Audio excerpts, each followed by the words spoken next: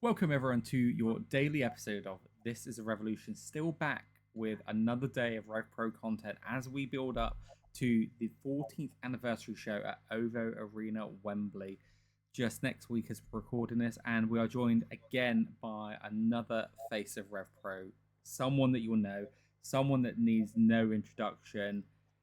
I've heard that he comes from Manchester and he'll fucking murder you. It's none other than Ethan Allen. How you doing, mate? I am good. I am warm, as I was saying before. I jumped on here. I just crutched it up 6 flights of stairs to be here, but we are here and we are ready. Mate, the being on crutches at the best of times is hard enough. I see kids at school when they're on crutches navigating like half a dozen stairs, but to do half a dozen flights of stairs, that is some going. Mate, peak summer as well. Because it's still pretty warm and it's awful. So, like I said, I'm only going out a couple of times a day at the minute because it's killing me.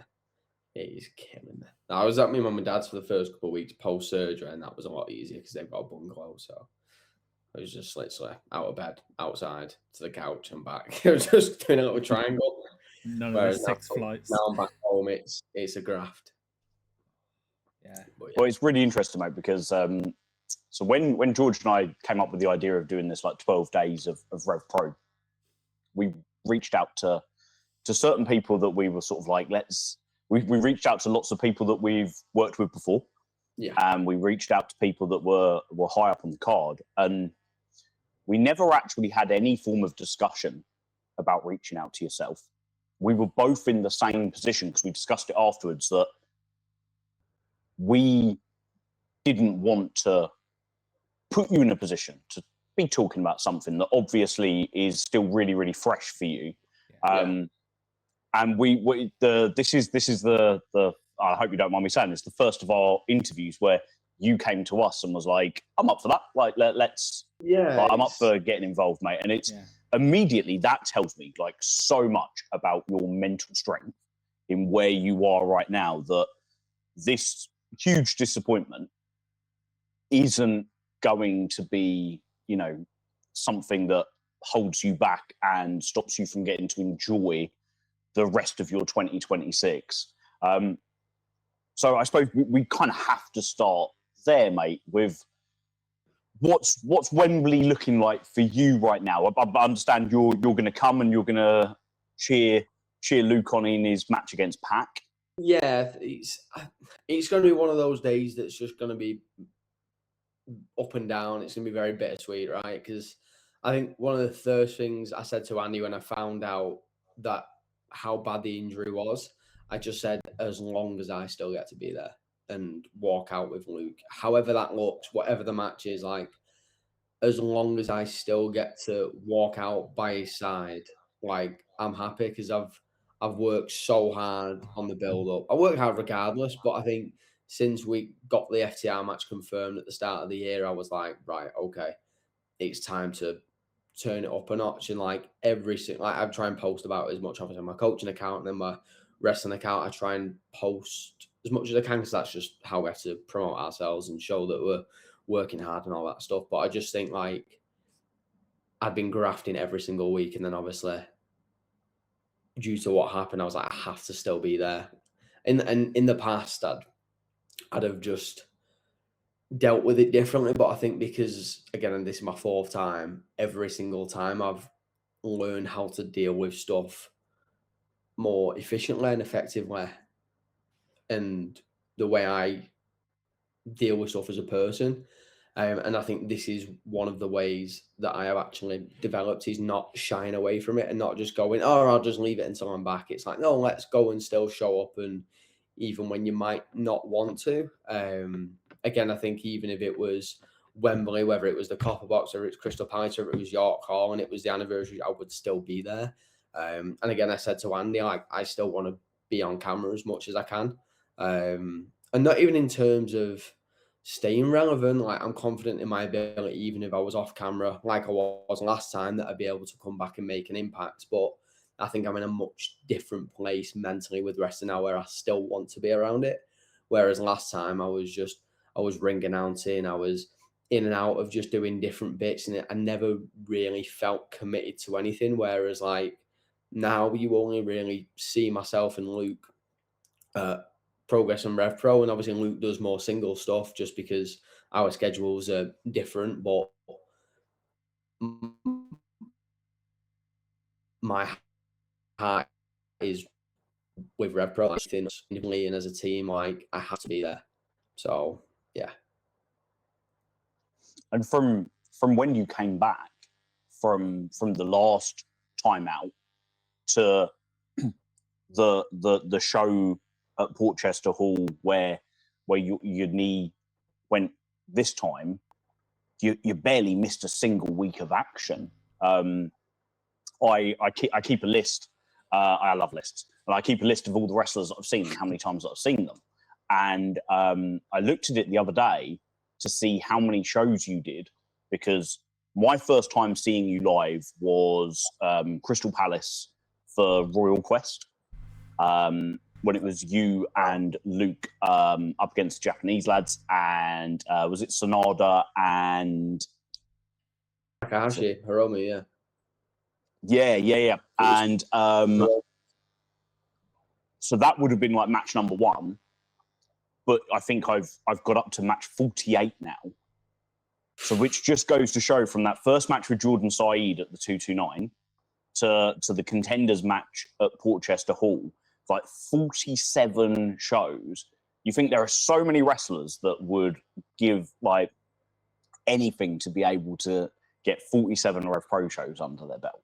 And you smashed them out in the space of 2 years, just week in, week out. And when you said about like hoping you can stay relevant, I remember when you made your return at Revolution Rumble when Luke won the Rumble, and you came out and joined him in the ring. Yeah. And then that first match when it was you and Jordan Saeed, I remember being like, cool, I get to see like Ethan Allen now, and just going away being like, fuck me, that dude's incredible. Mm-hmm. Like, there's no question mark whatsoever of anybody forgetting Ethan Allen, because you only have to get in the ring for 3 minutes and everybody will be reminded that you are one of the best technical wrestlers that this country's ever produced. I appreciate that. Thank you. Yeah, that Jordan match, like I always look back very fondly of that day. It was, again, there was a lot of pressure going into it of just it being my first match back. And I think after the run Luke had like, everyone's like, who's this guy with Luke? Like, why is this guy dragging Luke down? Like, that pressure is always going to be there. And that's been the same after every single injury. And I can doubt, no, there's no doubt, sorry, after this one, it's going to be even harder to match Luke, because the levels that he just gets better at is ridiculous. And obviously, if we was to do that as a team, then like there's no doubt we would be unstoppable. But obviously, just the way my career goes, it is very up and down. But yeah, the Jordan match, like we rocked up, and I think it was meant to, we might have been scheduled to be on 3rd or 4th, and then there was a change in, somebody couldn't make it, or something happened to where we ended up being put on last. And I remember Andy coming up to me, and he was laughing as he was saying it, and he was like, "Can you go on last?" I'm like, "What?" I was like, "You've got Luke." Like, I can't remember who Luke was wrestling on the show, maybe like Ricky or something. And then Liam, and I was like, "You've got these?" And he was like, "Yeah, but it's your turn." I was like, "Yeah, but you're having me on. There's no way." I was like, "I'm not ready for a main event." And then someone said, he was like, "Well, you're never going to be ready." And I was like, well, shit, yeah. Well, let's go and let's do it. And then I just had to lock in and just, again, think of a few things that was going to make it stand out a little bit more as a main event. But I think that was, I think the first 6 months of me being back, I'd probably say post Copper Box, was pretty rough mentally. My head wasn't still fully in it. My performances were very up and down. And again, it's nice people being complimentary, but I know myself and the standard that I was performing at prior to me getting hurt, and it just was not there physically, mentally. And I was still putting on good matches, but I just know to the standard I want to be holding myself at, like I was very, very frustrated. And again, up until probably around November, December time when things started clicking again and going into 2025, I was just frustrated, and me and Luke were having conversations, and I was just like, I still don't know whether my head's fully in this. And then we had a couple of weeks where matches just clicked, and again, it was at like Progress, there was one at North, and obviously a few at RevPro and stuff, and we just both come back and was like, yeah, we're back. And then it just continued to just get better every single month, up until July. And I've no doubt when I do come back, like, I'm going to make sure that I'm in the best position possible, physically and mentally, because I don't want to happen what happened last time, where I spend 6 months getting into the groove again and everyone goes, oh, you're young, you've got time on your side, but by the time I'm back, it's going to be next July, like June, July. I'm going to be 26 come July, so time is going to be less on my side, the speed that wrestling's moving at the minute. So I put a lot of pressure on myself, but that's also why I perform to the standard that I do, because I care so much. Yeah, I would absolutely agree with that, mate. And you mentioned as well about people like when you came back and kind of comparing to Luke, or maybe looking at you as kind of like, I don't use this term, but Luke's sidekick was the guy with Luke because he had that long run. And before you came back, I didn't know an awful lot about you. So I'd seen you live once, Kyle Fletcher, I think it was in Southampton, and then after that, nothing else. So everyone who watches this knows I've been massive Luke Jacobs fan. So when you came back, I was like, this is exciting for me because I've never really got to experience Young Guns as a team. And the one thing that I would say, and you said there, like, obviously it would be hard to match Luke. The one thing that I really enjoyed about watching you both was it felt like for all of the aggression that Luke had, you complemented that in an even more aggressive way. And it's what I love about watching you guys is how the dynamics would shift, because Luke was always known as this aggressive guy in the ring, but you've got someone here who felt even more aggressive, even more tactical, and Luke's big hit, and you're doing all of that sort of stuff. And the run that you guys had with the tag belts, hands down, I think is one of my favorite runs I've seen of any tag team championship in any company in all of the years I've watched wrestling, because the matches were all so different. And I think last year, the Mills and Joshua match where you guys beat them for the belts, that was, I think, my favorite match of the year. It was just tremendous. And so I don't think you've got anything to worry about when you come back going, are people going to remember? I think actually the work that you've put in this last year, people are absolutely going to remember when you come back. And I think that whereas before, maybe for a lot of people, it might be a curiosity because they weren't as familiar, this time they're going to be very familiar. And I think everyone's going to look forward to that return. That's it. And I'm always going to get those comments. And it don't bother me, because at the end of the day, I know I'm good. I know me and Luke as a team are good. And like, I'm mentally strong enough to just crack on. It's never going to get to me. But I think, like you said, the run me and Luke went on, like whether we had the tag belts or not, like that run would have been inevitable of proving that we're one of the best tag teams in the world. And again, whether we do 6 minutes or whether we do 35 minutes, and it doesn't matter. Like, you're always going to get 100%, like the amount of times where like we're both flown in. And again, this is not to say we're special. Everybody flies in from shows even more than us, like the Cowboys, CPF, Leon, Mike, like all the boys do it. But like, whether we have flown in, whether we've had a late night of travel the night before, and then we have to get the train and trains get delayed, or we're stuck in traffic and you get to the show a little bit late and you're a little bit more stressed, like no matter what situation we get put in, we always put our all into what we do, because we take so much pride in what we do. And that's why we are in the position we're in currently. And it's why I believe we're on a much bigger path to what we're currently on. And that's just down to the work we put in, and we have done consistently. And like, people don't know like how many times like me and Luke have had knocks and just cracked on. And again, everybody does this, but I think when you wrestling to the standard that we do at the frequency that we do, like it's a lot of build up on your body and your mind, and you have to be quite particular in the way you go about things. But yeah, I'm very, very proud of that run. And again, I take a lot of pride in what we do, because no matter how many of our matches you watch, like, yeah, you're going to see the same moves. You see the same moves in every match. But I believe, like, you can never put one of our matches up against another Young Guns match and see it as a copy and paste. Like, every single time you see us wrestle, it's a different story. It's a different feel. It's a different emotion. You can get invested in so many different ways, whether we're being a little bit more lighthearted and we're taking the piss, or whether it's straight up focus and there's fucking blood gushing, there's chaos, whether it's me diving off a stage. Like, there's always going to be different moments, whether it's comedic or whether it's intense. Like, we want to just create moments and create emotion in what we do, because that's wrestling, right? We want it to be an escape for people, whether you love us or hate us. So yeah, I'm very, very proud of that run we did. Yeah, I would say the creative moments, the first thing that comes into my head isn't even a match. It's you guys coming out to Stone Roses, the tracksuits on, York Hall, CPF.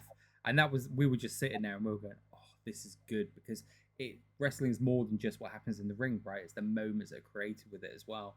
And yeah, you can't say that what you do is a copy and paste job, because my immediate thought was, let's look at what happened against Mills and Joshua. Compare that to the Cowboys. Compare that to the match against CPF. Like, not far apart, really, those matches. All very different and all had a very different purpose. So, yeah, as a fan, getting to see those matches is just brilliant. That Stone Roses entrance was the first time it kind of clicked for us of, like, we need to lean more into this, because myself and Luke, ever since we started, technically in the ring, like, a lot of stuff come very, very quickly to us. And again, we put a lot, like, we dedicated our entire teenage years to it, like from 14 up until 16, 17, when we first debuted and did like the Northwest scene. Like, we was at it every single week, like training 4 or 5 times a week. Like, our parents were sick of taking us. But again, if we didn't do that, then we wouldn't have got good at wrestling. Now, the only thing with the Northwest scene in that time was we was all really good wrestlers, but we didn't have the character. And for myself and Luke, for a while, we believed that our wrestling ability would take us all the way. And there's little bits of character development the older we get, and the more things we get into, the music we listen to, the clothes we wear, just as we naturally develop as a human, they start to leak into like your character. But the Stone Roses one was the first one, I think, where we actually sit and match something out as a team. Obviously, Luke did like the Dead or Alive entrance and stuff like that, but we didn't want to recreate that as a team because it didn't feel natural. Because when we wrestle as a team, we're completely different. We're a completely different act. So we was sat there and we was talking about like the Green Street scenes and stuff like that, and again Manchester culture and music, and again it was around the time of like the Oasis buzz as well. So that was starting to pop around. I was looking at what people were wearing. We was like red tracksuits. And I think it was Leon who actually suggested like the balaclavas, and like there was a couple of more ideas that we weren't able to pull off. Like we wanted to get flares and have like people holding them or us come out holding them, but obviously getting that indoor is really, really hard unless you have a ginormous budget or insane connections.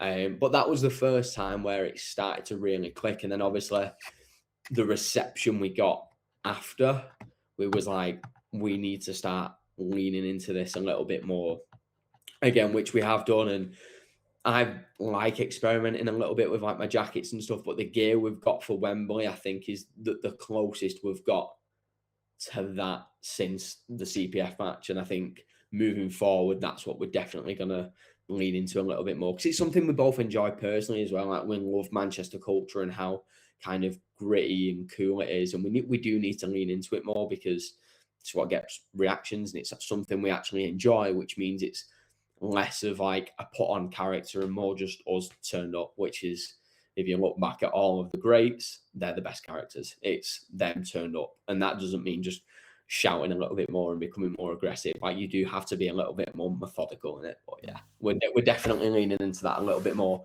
It's just a shame we can't get the Stone Roses at Wembley because it would cost thousands.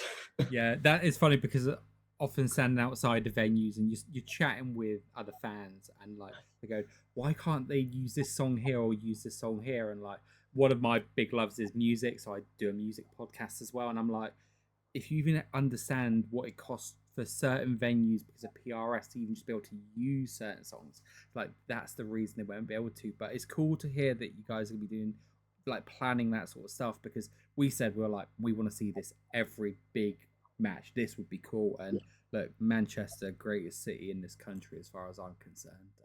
Always That's love it. going. It's too far away for me to go as regularly as I'd like, but the best city in this country. I live in the city now, because I only lived like 5-10 minutes outside of the city, but now I live in the city centre. And as much as the novelty wears off, like, I still love it. Like, I'm walking around the Northern Quarter, or even Piccadilly, is as chaotic as it is. Like, I just love the Manchester chaos. No matter which district you go to, there's always like a different feel to it. And the city's changed, but as is every city, like, they all develop and they all regress in some way, shape, or form. But like, the people are just the best. I think the day that it feels like we're in Manchester anymore is when you walk down Piccadilly and that Spoons is gone. Because I tell you, that's the landmark that I remember is that Spoons down Piccadilly every time I walk down there. But Luke knows more about that Spoons than me, but yeah. I really want Andy to do another Manchester show. I remember last year he was looking into it, but like, the venues are just so hard to get now, because again, Manchester's such a popular city that they're either all too big or they're all booked. Like, there's no in between. Like, I suggested Warehouse Project without ever actually going in Warehouse Project, and it looked like a sick venue, but I didn't realize how big it was. It's like you could fit about 10,000 people in there. I was like, yeah, never mind. Never mind. You probably got more chance of running the AO Arena, but yeah, we're definitely trying to work in to get another Manchester venue, but it's just so hard getting one city centre. There'd definitely be ones on the outskirts, but you want one in the city. But, absolutely. If you're going to do Manchester as central, right? Yeah, and if we can get on him to get Stone Roses for that, then maybe we'll wrestle for free for a few months to get the rights to that and save his budget for that. We'll clip this bit up and we'll tag Andy Quilden so we can see that. Yeah, I'm sure he'll probably see it as a smart business move. Yeah. Tell me to do it's one of my something I look back on kind of like really kind of irritatingly, because I've pretty much gone to every RevPro show since the 11th anniversary. So 2022, I started going, was the first time I ever went to a RevPro show. High Stakes 2022. And I was like, this is my thing. I found my thing. But my kids were still quite little then. And so I used to go to anything that was like an hour away, an hour and a half away. Whereas now it's just like, fuck it, I'm off to Bradford, I'm off to Cardiff, I'm off anywhere. But when Luke won the Cruiserweight title in Manchester, I remember watching it. Like, the shows I didn't go to were, I in some ways I quite miss those days, because it used to be a massive, it was like watching like Sky Sports 4:00, like the big games on. All my kids would get on the sofa with me. We'd have popcorn and snacks. We'd have RevPro on demand on, and we'd all have our who we're cheering for. And watching Luke win the championship in Manchester, with the volume of that crowd, was just like, that's special. That's the one that really got me, where I was like, fuck, I wish I was there for that. Yeah, that was a special day. And again, I was out injured, shock, but that was a day that I even still look back on. And I think I kind of look past the Copper Box one in a sense and look straight to that as one of like the best moments we've ever had together, because that's one of the things like we really, really want to do together as a team, is win a set of belts in Manchester. Yeah. Obviously, like we did the Future Shot ones years ago, which was wicked in that was in Stockport against GYV. But like, at our current stage of our career now, that I think that's one thing like we both really want to do. We just love wrestling in Manchester. Like when we wrestle at the Ritz, like it's a straight line down the road for me. It's like 10 minutes. So promoters love it because there's no expenses, and I love it because I can go home straight away. Yes, but that's one thing we really want to do, is just wrestle up north more. But we obviously we go where we're told. Mate, I must touch on the fact that I let it slide when you said it, and I was like, no, I'll let the conversation go where it was. But you said earlier that period when you first came back that you didn't feel like you were giving your best performances, and I'm fucking sitting there at ringside every week thinking that dude's one of the best wrestlers I've ever seen in my life, and the Young Guns are one of the best tag teams I've ever seen in my life, and it is crazy to me to hear you say that you didn't feel like it clicked straight away. And I agree that there was a moment where it really clicked. Yeah. But before that, the standard was still so high. You won't know this. I don't know if I told George this or not either, but when you wrestled Mills and Joshua in Wolverhampton and you won the belts, it was, if I remember correctly, it was the last match before the interval. Yes. And I bumped into Craig Armand on my walk to the bar at the interval. And whenever I see him, he's always like, what do you think, mate? Like, how was the first half? What clicked, what didn't click, and stuff like that. And I just said, that tag match is the best RevPro tag match I've ever seen in my life. Like, live or on demand, that's now the standard. And he was literally there. He was like, it's right up there, isn't it? It's right up there. He said it's right up there with the matches you had with Destination Everywhere and the matches that you had with Aussie Open. But what I loved was it was like the only other matches that he could compare it to were Young Guns matches. Like, it was like, yeah, that was really good. Like, it was as good as the other match they had with this team and the other match they had with this team. And I think there's something that I often say about Kanji. Kanji, in my opinion, and I'm very, very firm on it, if you go through every woman in RevPro and you look at who their best match was against, it's invariably Kanji. And I think if you go through every tag team that's come in and out of RevPro and you look at who their best tag team match is, it's with you boys. I appreciate like, you had the best Cowboy Way match, you've had the best Mills and Joshua match, the best CPF match, the best Lycos Gym match. The matches you had with Lycos Gym at the start of the year were just unbelievable. Like, they were ones we were really, really proud of, And and the fact that all three matches happened so quickly. Now, I'm always a little bit like, don't do that, spread it out a little bit. Yeah. Especially because not everyone's going to see all three of them live, right? You do one in London, you do one in Sheffield, and then you do another one in London. There's not many of us that do London and Sheffield. Yeah. But it's like, okay, cool. But you told the same story that ran throughout the three matches, with each match being able to be a standalone story and for it to be so different to the previous match. It was like a textbook being written on, if you're going to do a trilogy of matches, this is how you do it. And I was honestly in awe of it, mate, I have to say. Thank you. Appreciate that. Yeah, we're very, very proud of that little trilogy of matches, especially with it being so close together. And even in terms of, like you said, every tag team that we've kind of wrestled is their best match. And I think because, again, we was wanting that position where we was wrestling the Aussies. We was doing the stories with Will, and we was doing the stuff with GYV, like back in Future Shock, and then obviously it leaked into RevPro, and like we just were sponges off those guys.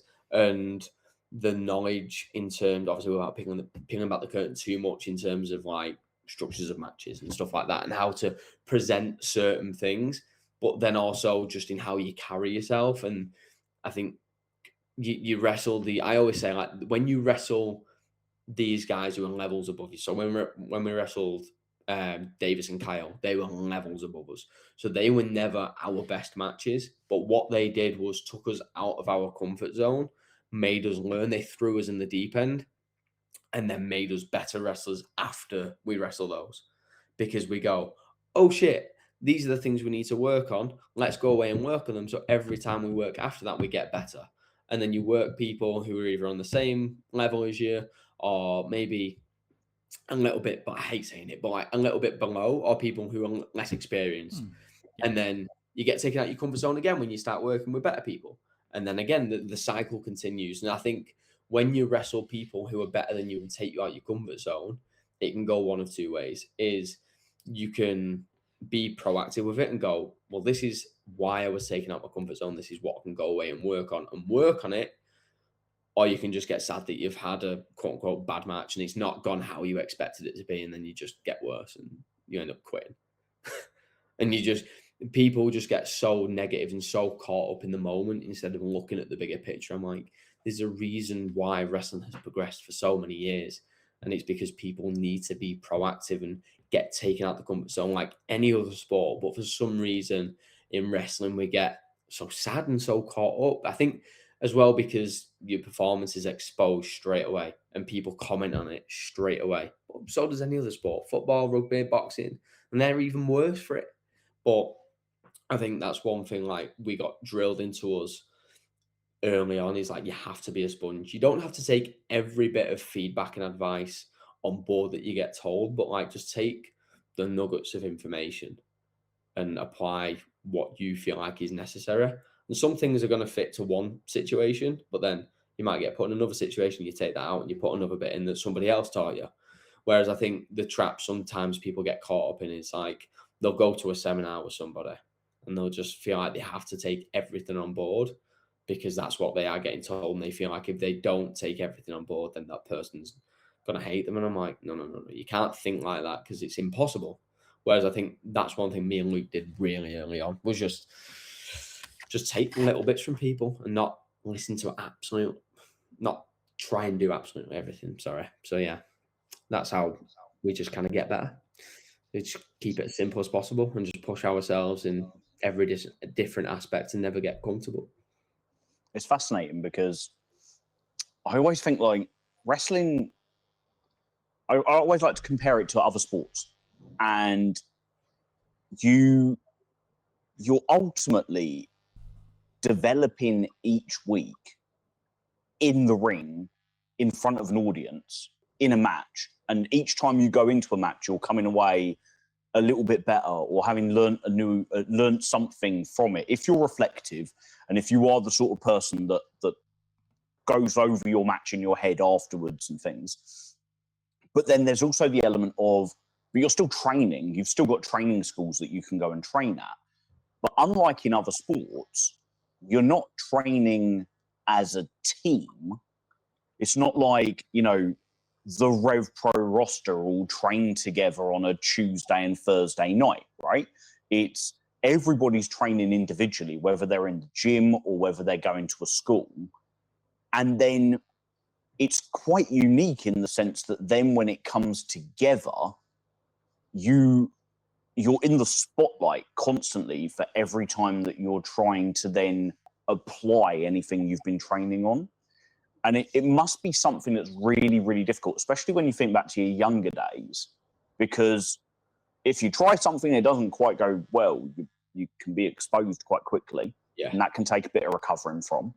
And similarly, something might work really, really well the first time in that match, and then you try and apply it in another match and realize it doesn't work with that type of opponent or that type of crowd.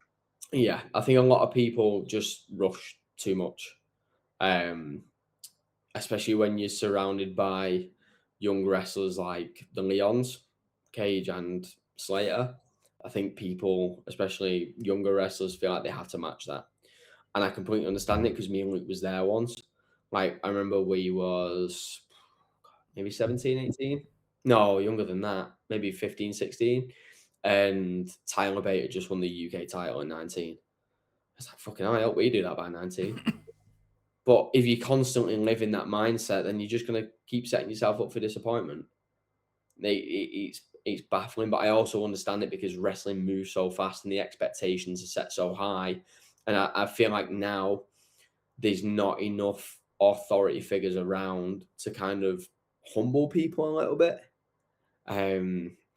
Like when me and Luke was coming up again, you had the Aussies, you had Will, you had GYV, you had Pete, Trent, Tyler, Brooks, like you had all of these authority figures to kind of just mentor you in a sense and just push you, but put you at ease as well and be like, wait, trust, there's no harm in waiting. And I think it's probably some of the most common advice, but it's some of the most useful advice. And I think it's your career will go in either direction depending on how you kind of respond to that advice. Because if you start to rush stuff and overshoot your expectations, then yeah, you might get in a progress, you might get in a RevPro, but if you're not ready to an extent, like you're never going to be fully ready, do you know what I mean? But like if you're not ready to hold yourself, then you're just gonna get mauled, and then you're probably not gonna get brought back, and it can take a lot of mental toll on you. I've seen it happen multiple times, and I always try and tell people when I have those conversations is just don't put too much pressure on yourself. Like push yourself,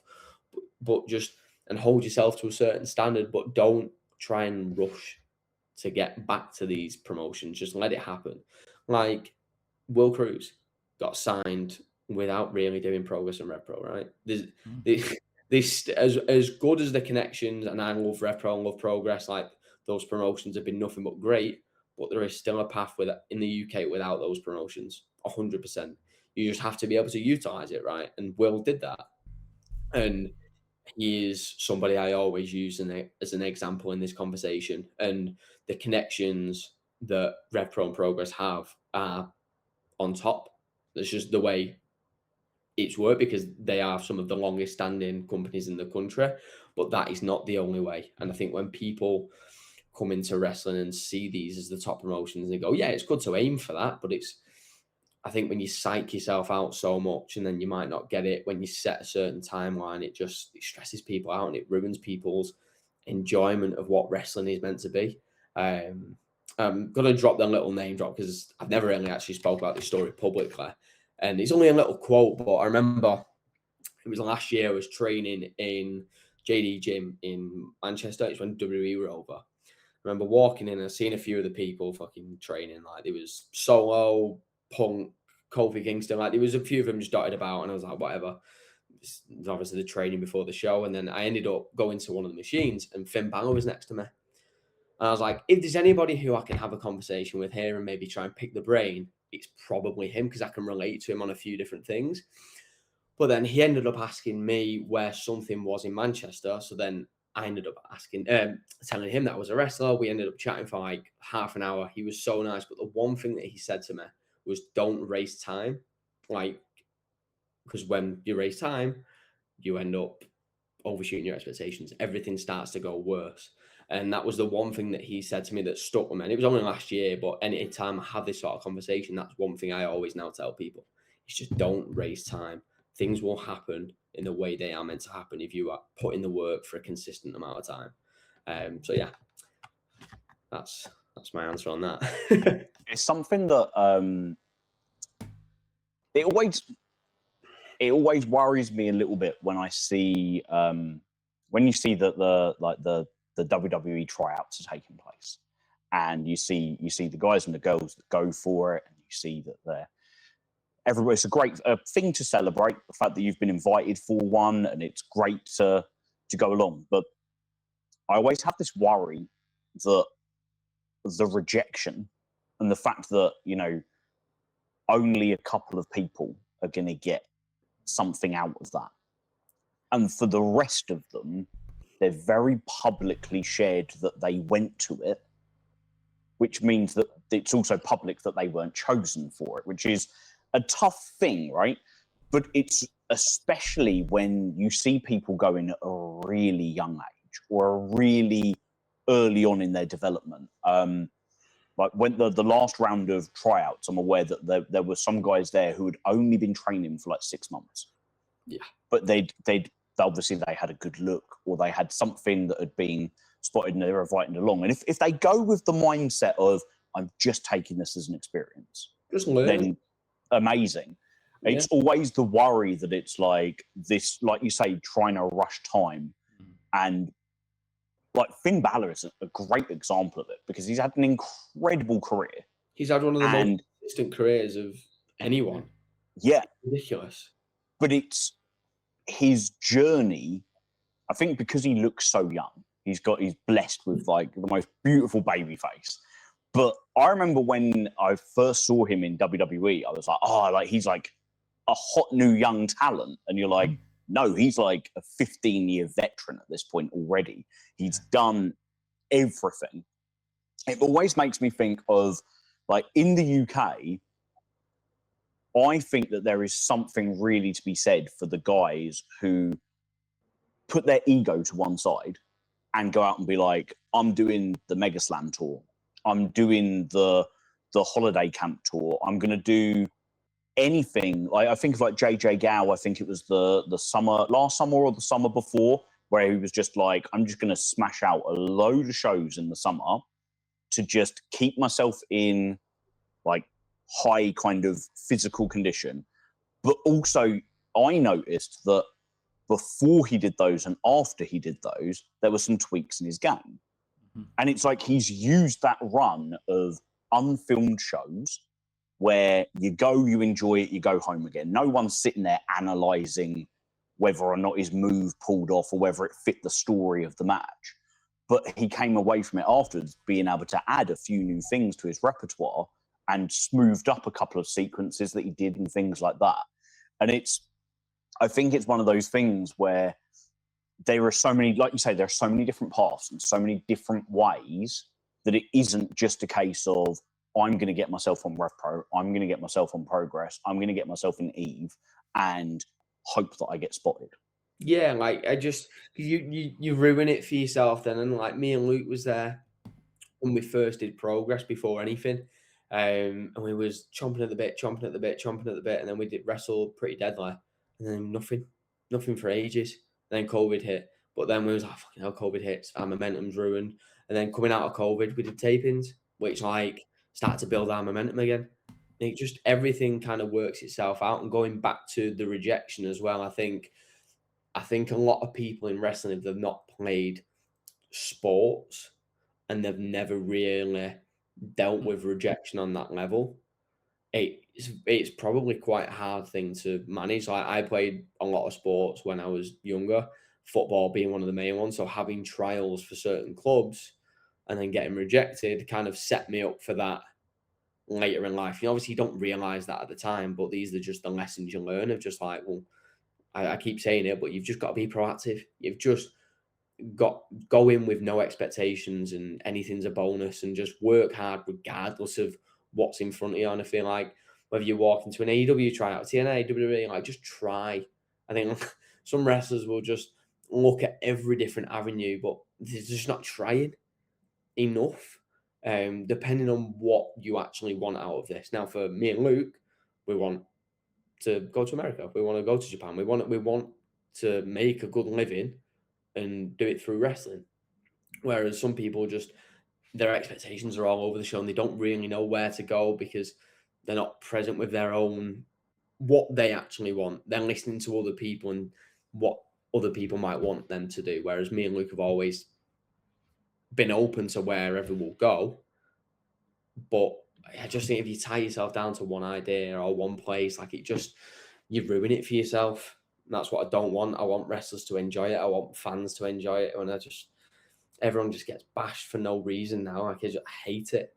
Can't stand it. People going to tryouts, and again, I know people don't like WWE, but why are people getting bashed for going to a tryout?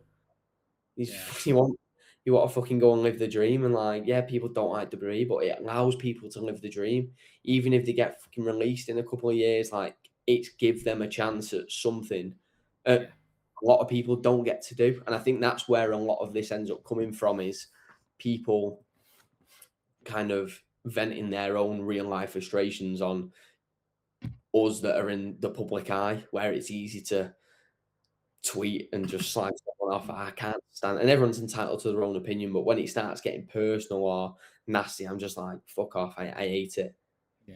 I hear that a lot. And so, like, WWE used to be a product that I used to watch all the time. I went to WrestleMania 32, NXT TakeOver, all of that, and then a couple of years after that, it started tailing off for me where I'm like, this just isn't for me anymore. And that's okay, right? Like, it's sad because this thing that you love isn't for you anymore, and you go, I really wish it still was. And there would have been a time that I was in that, I really want them to go here, not WWE. Then I started getting invested more in the local scene. So it was around Copperbox. That was when I started getting really invested in RevPro. And I saw it through different eyes because, like, when I see you lads turning up at a venue and like you just say hi, or I'm standing there desires at the parking machine when we chat about who was the best Man United goalkeeper and stuff like that, and then you talk and you hear about their dreams and you go, I don't give a shit if these people go to WWE, like as in a product that I won't watch, right? Yeah.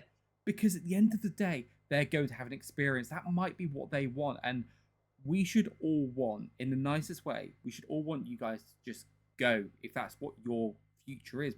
We should want to get to a stage where we just don't see you, because that means you're getting to have life experiences and do something that you've dreamed of and your hard work has put you in the position for. So I think a lot of wrestling fans need to get out of the bubble of, hey, this is what I would like, because I, as a fan, like I've always said, I want Young Guns to go to AEW because I wanted the FTR match. That was my thing. And now we're seeing as well with independent wrestling and the way things are going, these matches can happen here as well. So just, I suppose my plea to everyone is enjoy wrestling, but kind of like, you don't know the motivations of these people and what their dreams are and what their life experiences are. Be 100%. happy for them no matter what they're going to do. And I love people are so invested in it, but I think sometimes it just goes too far and people just start being horrible. And I'm like, at the end of the day, I'm like, we all started this at a point in our life where we needed an escape, whether it's being a fan or whether it's trying to be a wrestler.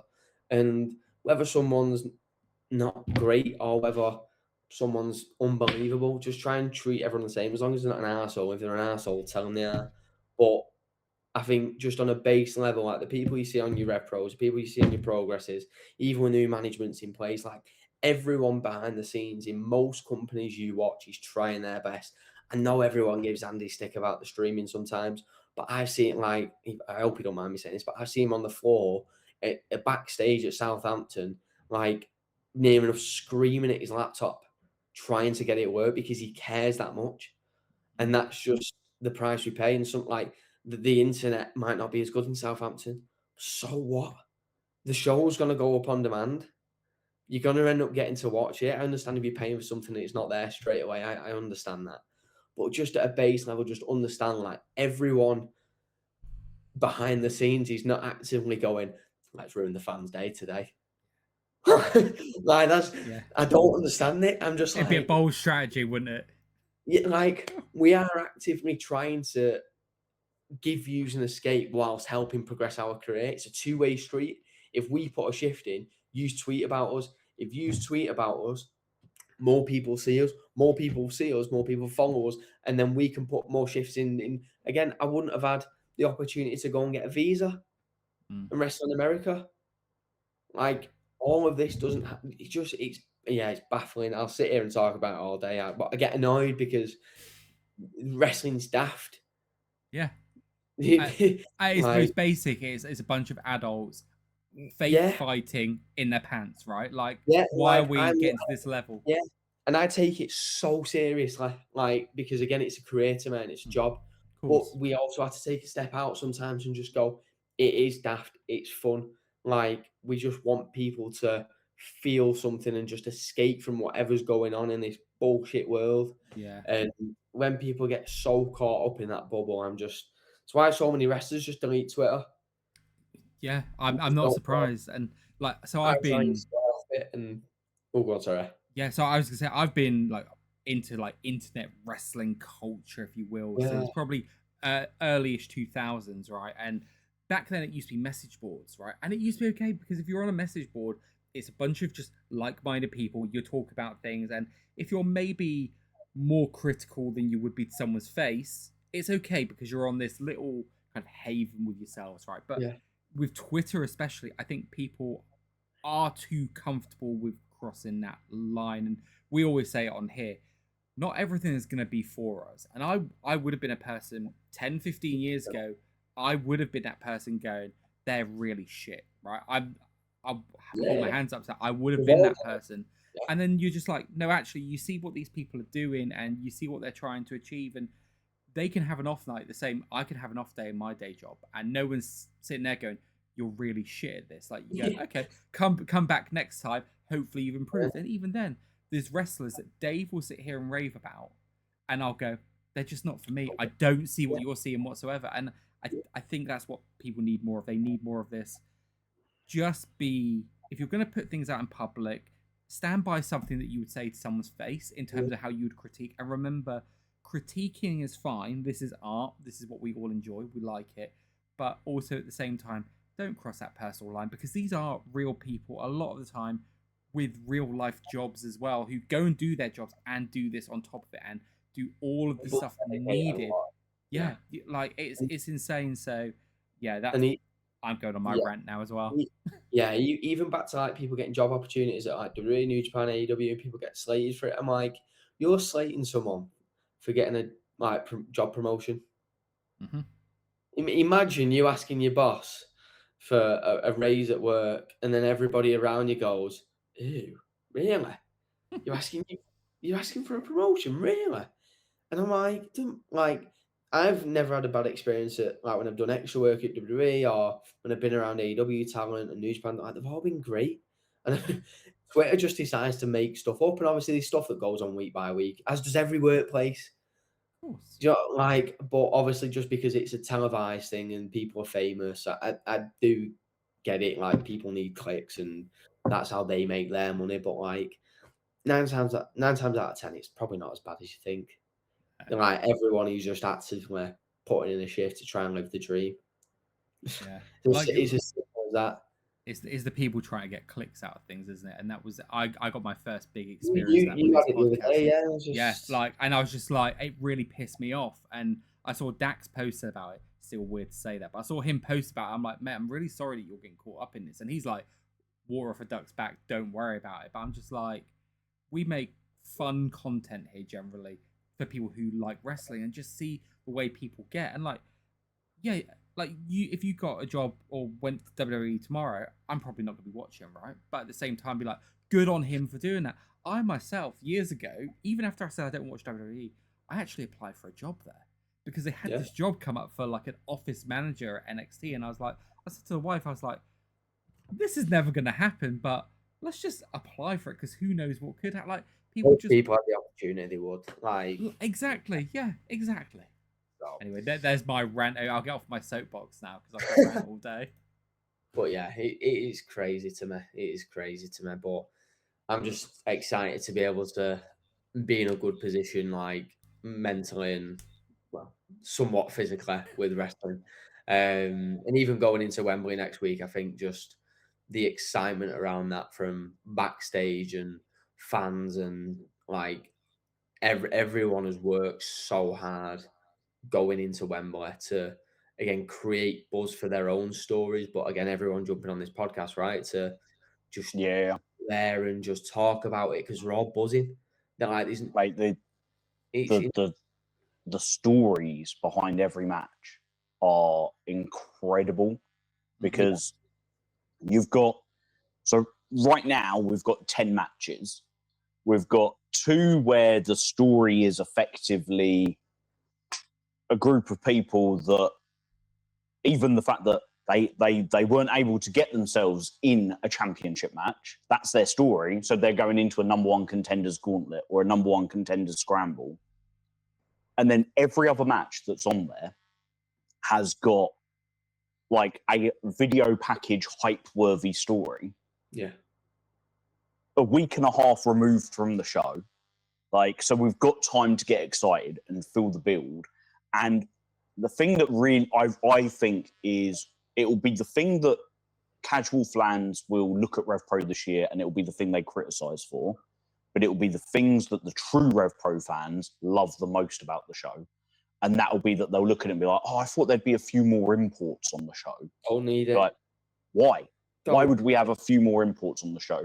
You're going to go and watch the best wrestlers in all of Europe. Yeah. And those guys that have come on a train or have come by car, or whether they've flown in, it doesn't matter, because with the exception of FTR, every single person wrestling is fully RevPro canonized and been a part of RevPro, whether that is like Callum Newman or Pac or Zack Sabre Jr., or whether it is Nino Bryan and Leighton Buzzard and Kanji and Alexis Falcon and Luke and Mike and Connor. And it's just the the amount of British talent, I really feel like we interviewed Mike last night, and I was really tempted to kind of go with this, and I thought, no, I'm going to hold back, so I don't want to put him in an awkward spot.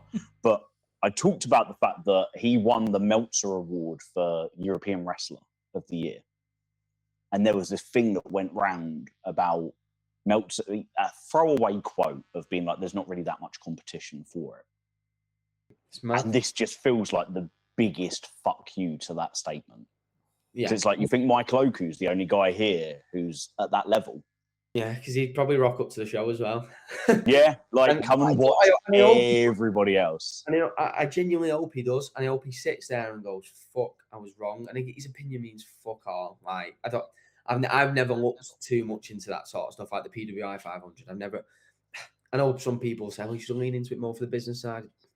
Doesn't matter to me. It's not going to get me booked anymore. Like, maybe if you're in the top 10, maybe then. But 9 times out of 10, the guys in the top 10 are all signed. They've already got the jobs. You know what I mean? Like, that's the only difference. But, like, again, he's just another journalist. He's no different to a football journalist. He's no different to a rugby one, a cricket, whatever sport is no different. I don't get why people get so caught up in what he says. And, again, I hope he does come to the show, and I hope he sees, like, we're fucking mint. So good, like, from top to bottom. And I think I seen Mike's clip of saying, like, there's people who aren't even going to be on Wembley who would still be able to steal the show. And that's just the way it is. And again, this is the thing I was going back to what I was saying before of, like, don't waste time. There's going to be some people who are on Wembley, even including myself in this, who are going to see it and think, fuck, that is never coming around.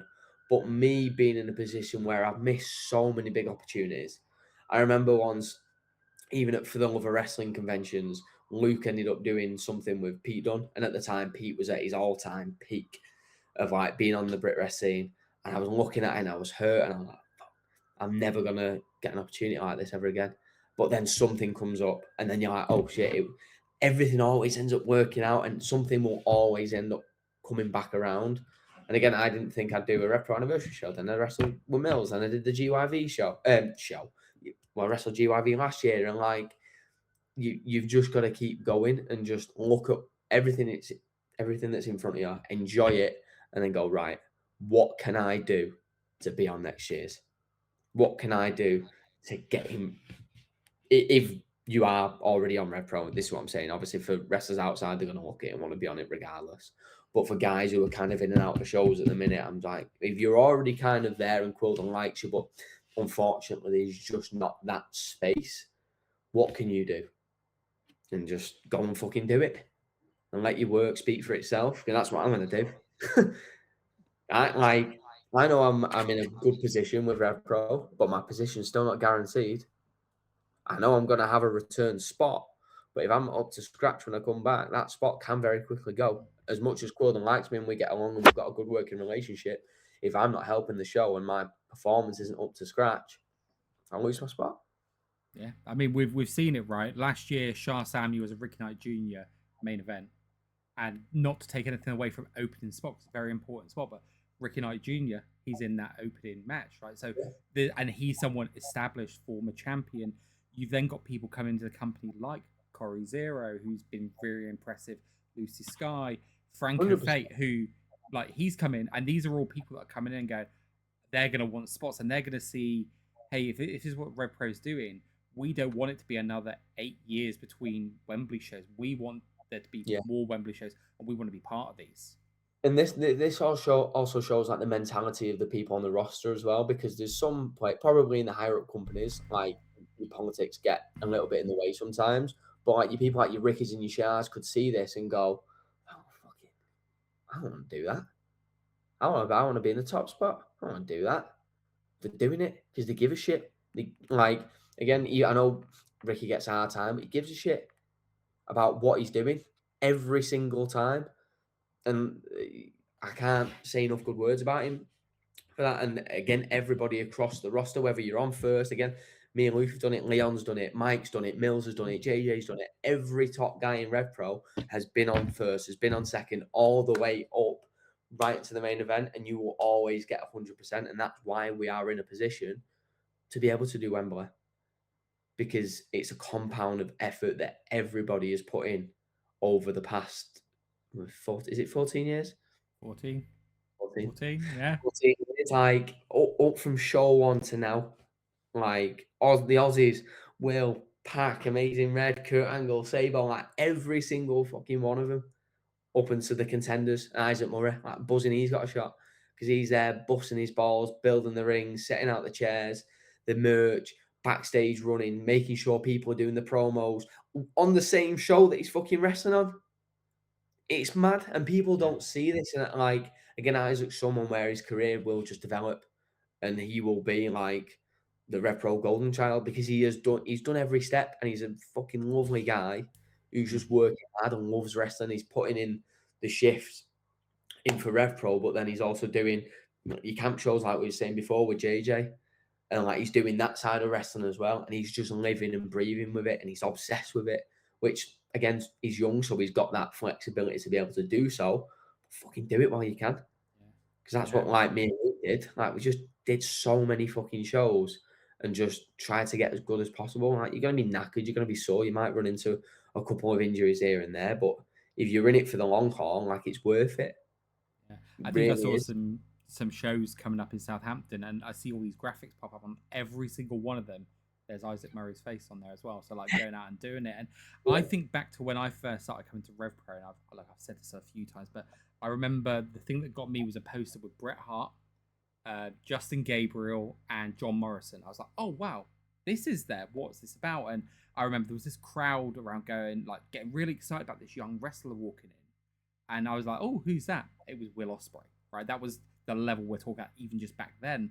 And it was like, but I was like, oh, I recognize Ricochet. It had Will and Ricochet on that show. And I was like, this is cool. And I was like, they were really good. I want to see this Will guy more. I've come for the big names. I want to go and see him. And my next show was the one where he wrestled Okada. And it had AJ and Liger in the main event. And I was like, starting to go, okay, this is cool. What we've got here in the UK is cool. And then it was a long time before I came back to RevPro. And it was Pac was in Southampton. And I was like, I'm going to go and see for that. And I was like getting curious. And it was eventually Oku Ospreay 1, the prequel, as Mike called it, that made me keep coming back.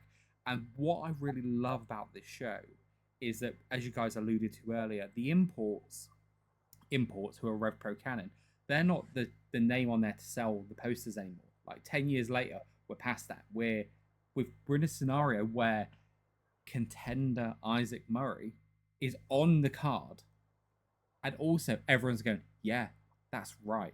And that's just such a cool place to be there. It's not just a thing of giving Isaac the spot because he's worked so hard. He's giving him the spot because he's good. Absolutely.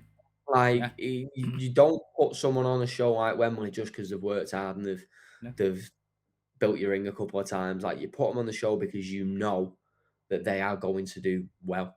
And like that match, he's in the heavyweight scramble, right? Like the gauntlet thing. The gauntlet, yeah. It's going to be stacked. Like, I don't have a clue who's in it, but you just know if there's a match with some surprises, that's the one where there are probably going to be some imports, and he's probably his first time working with imports and stuff. And again, like I was saying before, like he's going to get taken out of his comfort zone. He's going to learn. He's going to be a sponge, and he's going to get better. Might not win, but I just hope he takes it as a fucking lesson. Do you know what I mean? Like, and that's the way we should just think and just progress as wrestlers. I say it in like general chats, even with the boys, they probably get sick of me talking about it, even though we have all the same mentality and that sort of stuff. Seminars, and when I'm just chatting to people about it, you just have to be a sponge with stuff and just love it if you want to do well. But yeah, I'm again, it's going to be very bittersweet walking into Wembley, but I am very excited. And again, I think Luke and Pac will be fucking wicked. Yeah, hell yeah, it'll be wicked. It really, really will. Yeah. It's funny that George said about his first show and what drew him in and what drew him into his second show and things like that. I went to High Stakes 2022 because Ospreay was in the main event, and I'd seen the Beyond Gorilla, Oku and Ospreay hype package and was like, wow, this looks cool. Bethnal Green, I can get there. Like, let's go for it. Yeah. But it was the show that Luke wrestled RKJ in the Fight for the Future match. Oh God, yeah. I wasn't there for that, but I remember it, yeah. And it was like, Me and my mate went, and we'd never been to a wrestling show before. I'd been to one Progress show once, really randomly, but that was pre-pandemic. He'd never really watched wrestling, and we just sat there and was like, I'm going to cheer him. I'm going to cheer him. And we just had like such a fucking blast watching it. Yeah. And then I went home that night and I bought a ticket to the next York Hall show, which was going to be Osprey and Suzuki, but it ended up being Oku and Suzuki. But I also bought a ticket to St. Neots Priory Centre for the next show that was like somewhere near me. And I remember walking into St. Neots Priory Centre being like, well, this is fucking different. This isn't York Hall. Yeah. I'm starting to understand the scale of British wrestling now. But Luke wrestled Alex Coughlin and they battered the shit out of each other. And I remember just sitting there being like, this is mental. There's like 100 people in here in a community centre in a random little town. And it ties in lots of things that we've talked about, because I still think, and I'm really, really learning this, the more I learn about British wrestling and the more experiences I've been afforded, and doing some backstage work now with Andy Ward down at Spinebuster Media and stuff like that, and then talking to fans at shows, and you realise that I don't think many wrestling fans, the ones that criticise, the ones that say, like, oh, is that really what they want to do with their career? Why would Ethan Allen want to go to WWE? He won't get to wrestle his style in WWE. I don't think they understand the scale of British wrestling. Yeah. The fact that you lads are getting the train from Manchester to London, Manchester to Southampton, but everybody's got their 9 till 5 job, and everybody's got, like, no one's got a mortgage and a family and a life solely from wrestling. That's only possible at a few places around the world. So why the fuck would you not be chasing those places around the world, unless we can get to a stage, and it's always the dream, that British wrestling, and I think it could only happen with a TV deal, but British wrestling on ITV, Channel 4, BBC, on a weekly basis, and you lads have all got contracts. Yeah. Which at the moment feels so far away, but you never know. That would be everybody's dream. It's just this idea that, you know, there's a luxury of being able to pick and choose and being selective. But you say about just not chasing it. You look at the average age of the wrestlers that we watch on TV, they're not 25 years old. No. Like, yeah, you get the odd one. You get a Javon Evans, like, you know, and he's like the American Leon Slater, right? Like the fact that they've been paired up a few times is very on the nose. Like they've followed similar paths. That might not be together one day. 100%. Yeah, 100%. And like, but you look at like Nick Aldis, who just had his big moment at SummerSlam, and the fucking grind that lad went through to get that opportunity. Like, I used to watch NWA Power during the pandemic, and it was like, he was like a 90s top guy. It was like watching old school wrestling where Nick Aldis was your Ric Flair. Yeah. But it's also like on such a small scale. And they're doing tapings that are, you know, six weeks of TV in a day, and then everyone goes to work. Yeah. And it is just I think everybody just needs to kind of look at moments like Wembley and see it as the celebration that it is, and realize that this is one person works full-time at Revolution Pro Wrestling, right? Andy Quilden is the only person that is a full-time worker. And I love it when, because I run the Instagram account for him, so I answer all the DMs and stuff. And it's the crazy thing of like somebody chasing it, being like, "Oh, I ordered this T-shirt a week ago, but it didn't come with a tracking number. Could you find out the tracking number for me?" So I text Andy, this guy's ordered a t-shirt. Can you get the tracking number? Yeah, I just sent that. I was just down at the post office yesterday posting that. And you're like, the fucking dude who owns the company is the guy putting your t-shirt in a bag and putting it in the post to you. He's the guy driving the van to the show, helping set up the ring, doing all the production stuff. And you're like, one of the main things I always see with Andy is like, people give him stick for not announcing matches. I get it. You want to know who you're going to see. But people don't understand how much back and forth, especially when it comes down to imports, people don't understand how much back and forth this man actually has to do to work out the logistics and how much he's trying to make this the best possible. Yes, for the business, but also for the fans, because those two come together, right? And people are so quick to give him a hard time. And I know he's the easiest target because he is the front man. He's the only man. You're not going to give us shit for the booking, are you? But he works so hard. And as much as the wrestlers are going to get the flowers on Wembley, I hope Andy does. Because apart from the fact he didn't get me a cake for my birthday, despite him saying he would. I'll tell you about that in a second. But he drives us mad and we drive him mad.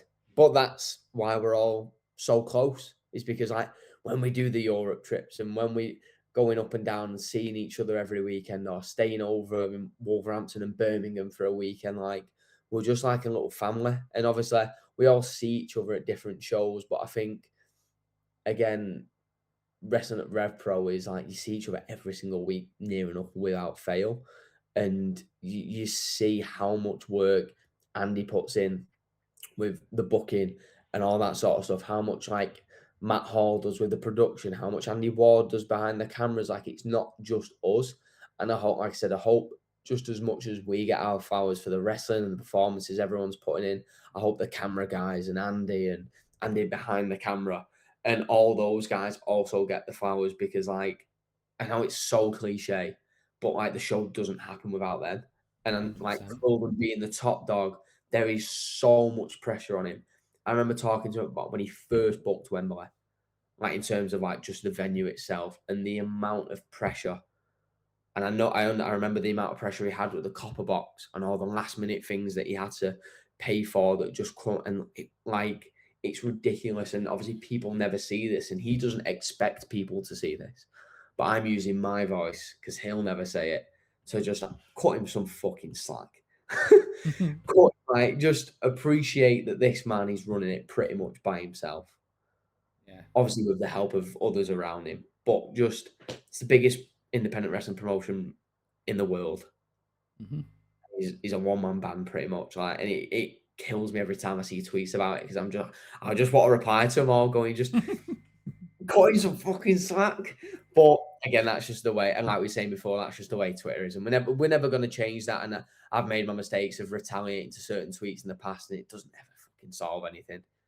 I think what I'm going to do is go and say it to him in person. Go backstage at Southampton, see him having a meltdown on the floor, then go and tell him, see how that ends up for you.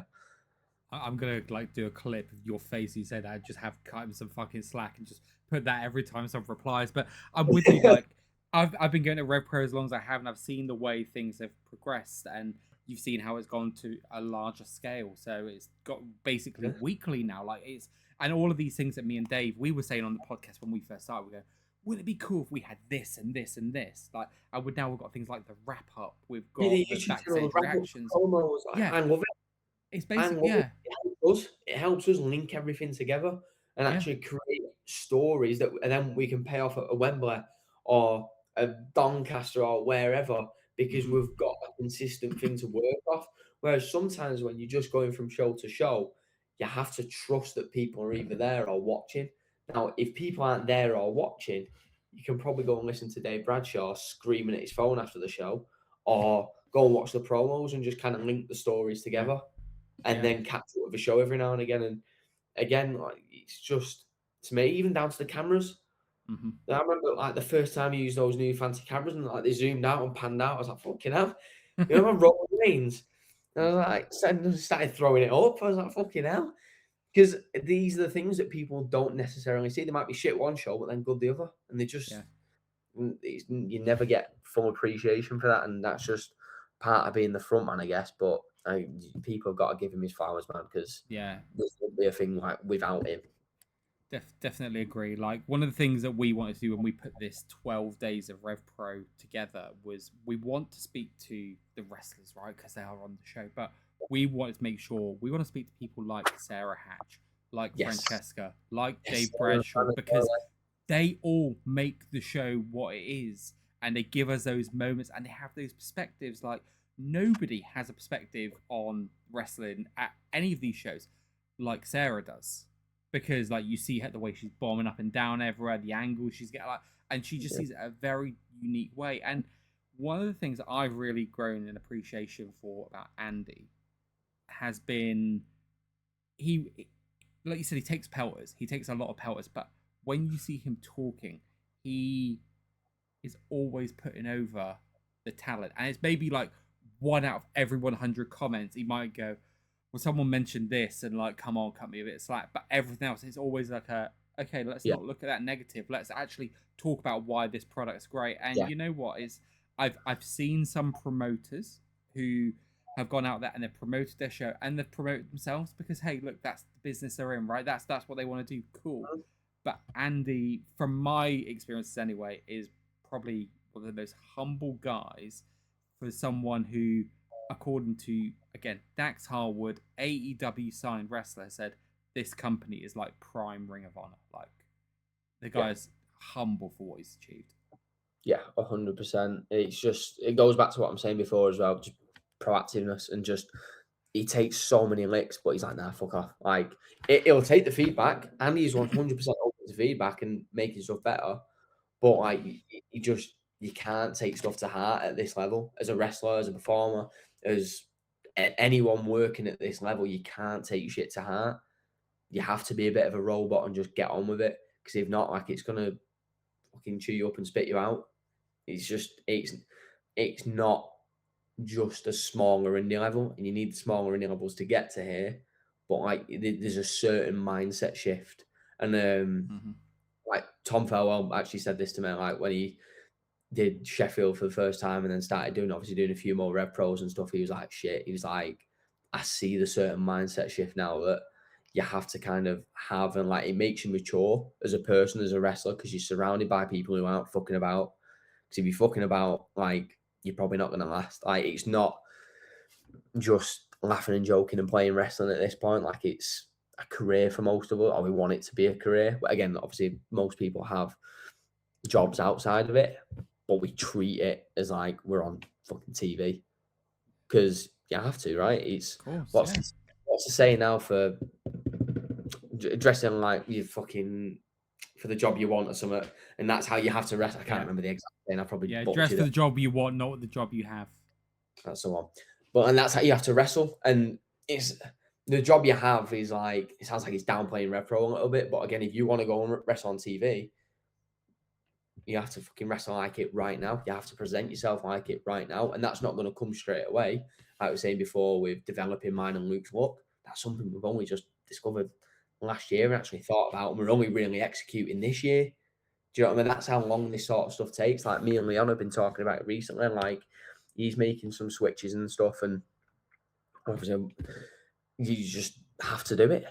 Yeah. You have to just constantly be thinking about what can you develop. And it might be how you present yourself in the promo, your body language, your gear, a couple of moves, like your body language in the ring. But like, you have to just constantly think, like, fuck the moves off and think about all the other shit. And that's just on my current bits of knowledge. I'm sure if I sat down and spoke to lads who've been on TV for years, like, again, FTI, if I sat down and spoke to them, they're probably going to open up so many different lenses in my brain that goes, oh shit, like, how didn't I think of that before? But that's why these guys are at the top, and that's why they need to pass their knowledge down to us, and that's how we get better, and then we can do that. And just, it's just an endless cycle. You just have to care about this stuff, man, because I do anyway.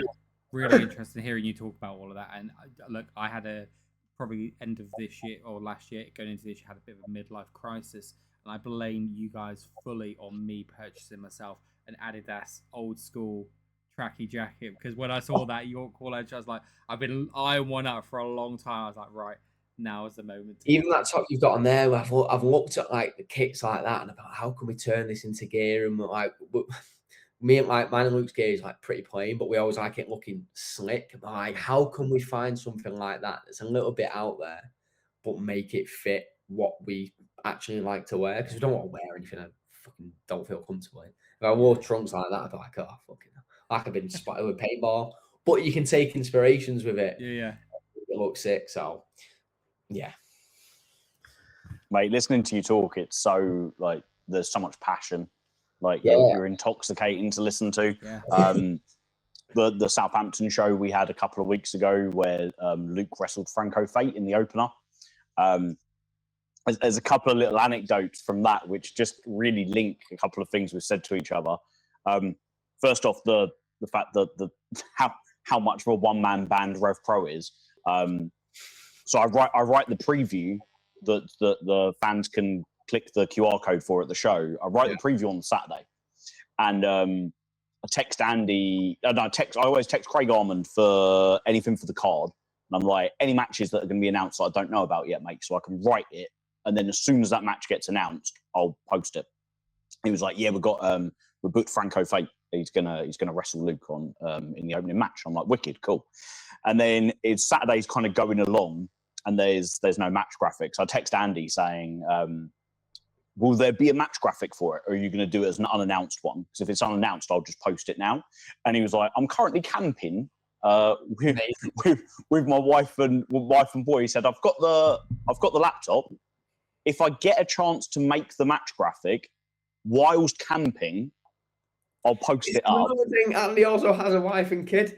He fucking homeschools his, like, between him and his wife, they homeschool their son. Yeah. Like this is one of those things where it's like, I remember him saying that on one of the wrap-ups really randomly. Him and Dave Bradshaw, it came up about him homeschooling his son, and you're like, are people listening to this? Like, do you understand what that looks like?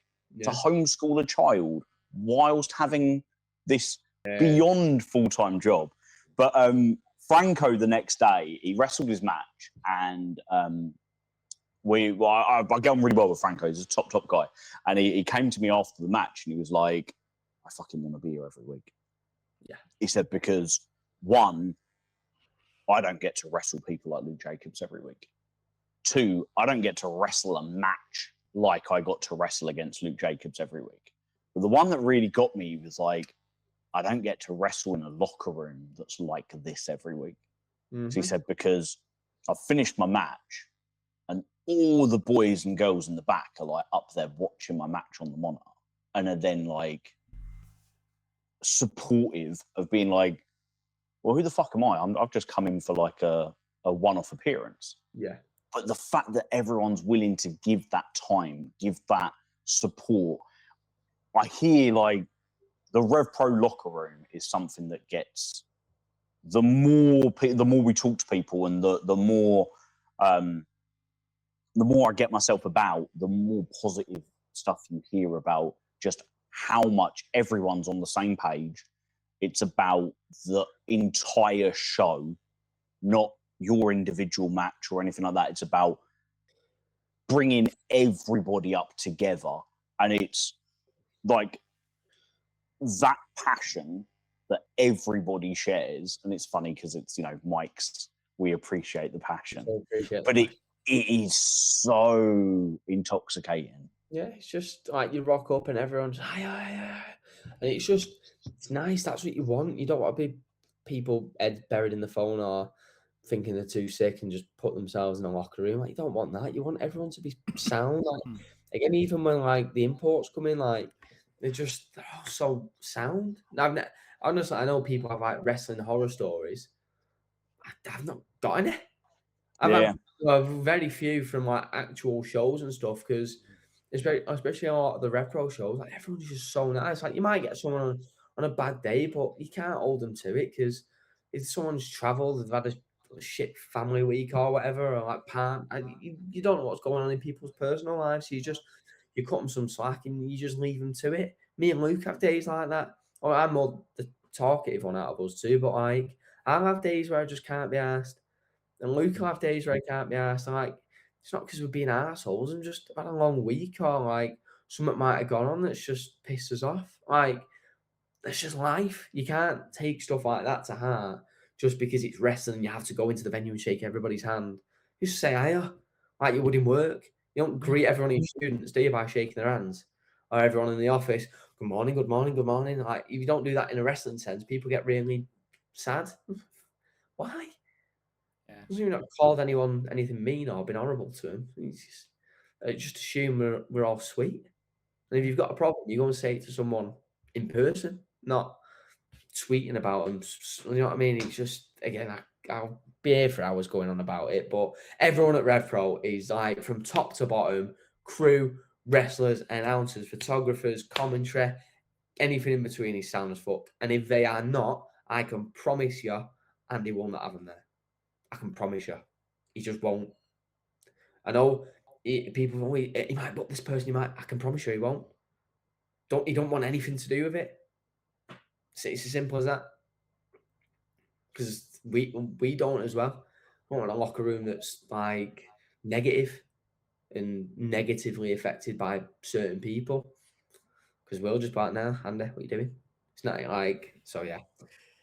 Yeah, I think it is cool though, like seeing the way that people are, because one of the things I love about Southampton, so I always like sit up on the stage. I'm lazy. I don't want to get out of the way of people getting thrown into the right. So the stage gives me the perfect. But what I always love is the you can see the little bit next to the curtain at the top where the curtain doesn't go over, and I'm always like, who's looking down, right? Because that's just cool to see. And the last show in Southampton, Rio was there the whole time. Literally, the only time she wasn't there, she was in the fucking ring herself, right? She's like, shit, I forgot my match. Yeah, and it's like, she is one of the top wrestlers on this continent, right? Like regardless of gender, one of the top wrestlers. And that's the sort of shit that I, as a fan, like, I love and appreciate. Six is like, she is at the top of her game and she is watching every single one of those matches. That's just so cool. Yeah, that Southampton locker room as well is good for that because it's so small. Like, we're just getting changed next to the monitors anyway. So it's like you've not really got anywhere else to go. So it gives everyone a bit more of an opportunity to watch the show. Whereas at like a Porchester or something, you have to go upstairs or you have to peek through the curtain and stuff.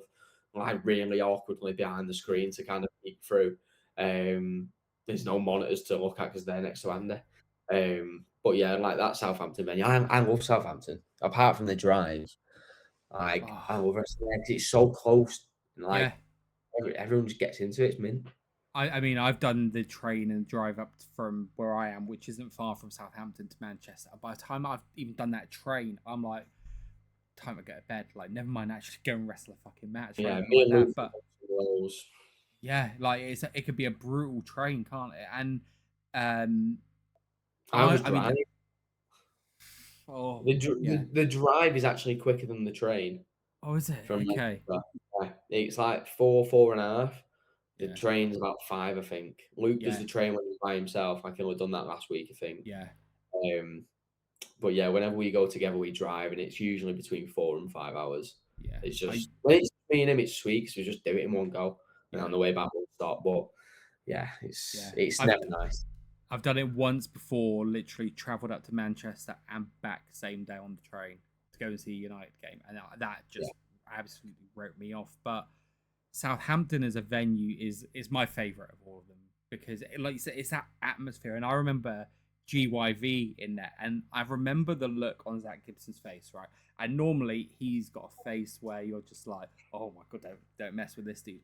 And like he's like, what the fuck is this place? Like he went, this is incredible. It's like just this weird and wonderful little venue. But yeah, I fucking love it in Southampton.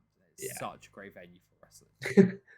Yeah, he has got one of those faces. Like, again, I've known him for 10 years, but every now and again you'll see like his wrestling face. I'm fucking hell, get out. Yeah. But yeah, it's a good venue. I just love wrestling, so I don't give a fuck where I am as long as I can wrestle. I don't care. It's your love of wrestling that, like, you can tell by watching the way you wrestle. Like, I think to wrestle with the intensity that you do, that has to come from a pure passion. Can't fake point it. I of view. can't half-ass stuff like what you see No. is what you get. Like I don't. I think that's why I could never be like an overly like character because I just get too caught up in it, and I try my best to let moments sink in and fucking slow down and bits and bobs, but like when it just gets down to it, I just get so caught up and locked into it. I just can't escape my actual reality. It's weird, but yeah, I miss it, and obviously I'm still early days with the rehab and stuff, but every day I'm like counting down. I'm like, fuck, wow. It's funny. When we were talking earlier, I had this analogy pop into my head, and I've not been able to shake it since. You're both United fans, right? Yeah. Wait, So, me and Luke? No. You and George. God, I yeah. was No, gonna Luke's say, the City boy, isn't he? mate. Yeah. He'd fucking hate me saying he's a United fan. No, Yeah. George is a United fan. Yeah. I was born in East London, so I'm a West Ham fan. I ain't got any choice. It's Yeah, family religion. My little boy is literally kicking a ball outside here now, wearing a full West Ham kit because we bought it for him the minute he was born. It was like, wear that, boy. You ain't got all those kids at school can support Liverpool and Spurs and Man United and Man City, but you're wearing that and you'll suffer just like I've suffered for 39 years. But it got me thinking about how much you and Luke remind me of the classic United midfield of Giggs, Keane, Scholes and Beckham. Like class of 92. Yeah. Yeah. And how your technical wrestling is the David Beckham, like, sublime technique. See, but you've also got all the dirtiness and like ring general side of Roy Keane. Dave, can I just correct you on one thing there?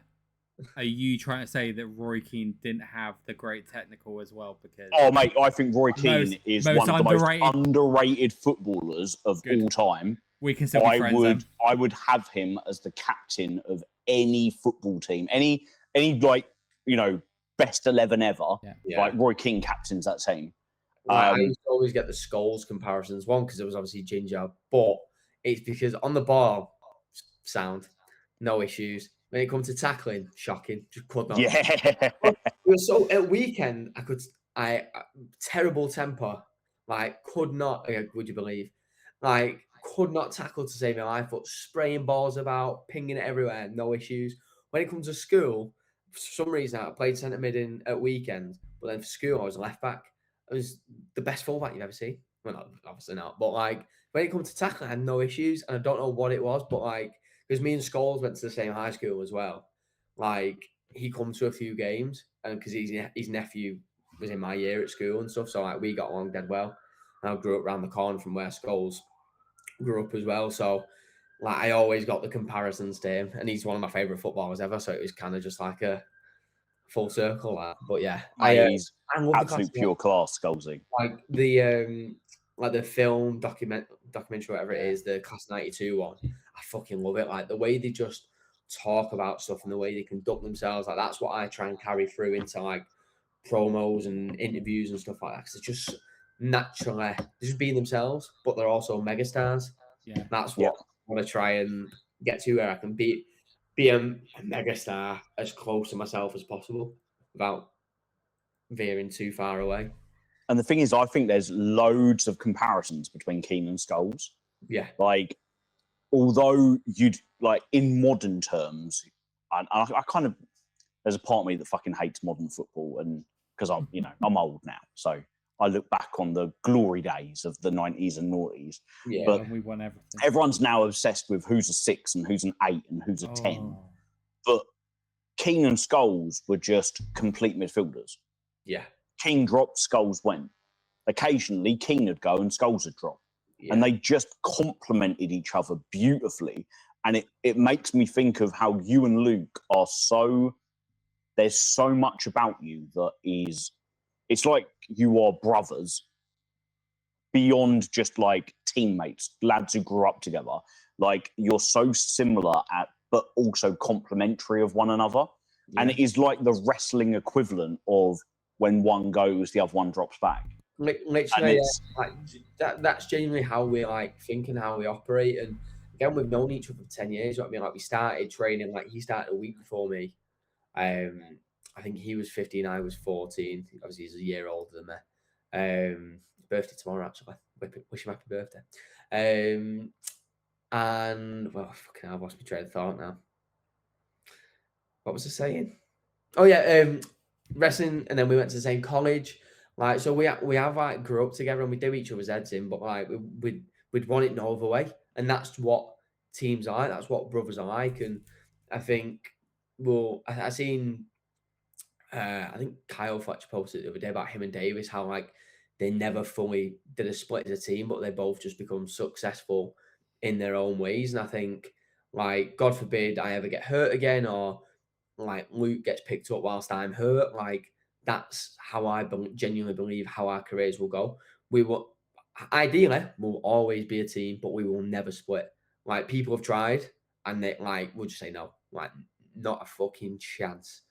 Like just won't do it because then where do you go from there? Like with tag teams, I love it when there's a genuine connection. There's a genuine story, like whether it's brothers, whether it's best friends, like whatever it is, and like there's very, very few of them. And I think ours is one of those, and we're in a position where we can really turn it into something special. Again, given the time, given the opportunities, and we always rise to it. And we love it. We absolutely love it. And again, like Luke's promo wasn't a lie at Southampton. He was given the opportunity to team with a couple of other people, and he said no, not a fucking chance. And that speaks for itself. Yeah, that was brilliant. That because like we were talking about going, well, if there was to be another partner, who even makes sense? Because Well, that's it. Yeah, and like if it was, obviously I'd have just been like, I'd have been a bit gutted, to be honest. Yeah, because then I think not only I'm missing out on that match, and then Luke gets to do it with somebody else, but then when I come back and the potential to do that match again, it's already been done.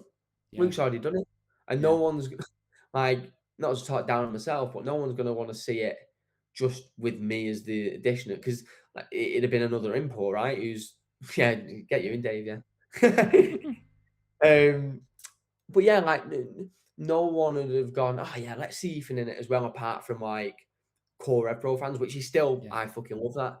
But the large scale of the buzz around this match was from a lot of FTR fans who kind of maybe knew about me and Luke, maybe more Luke than me.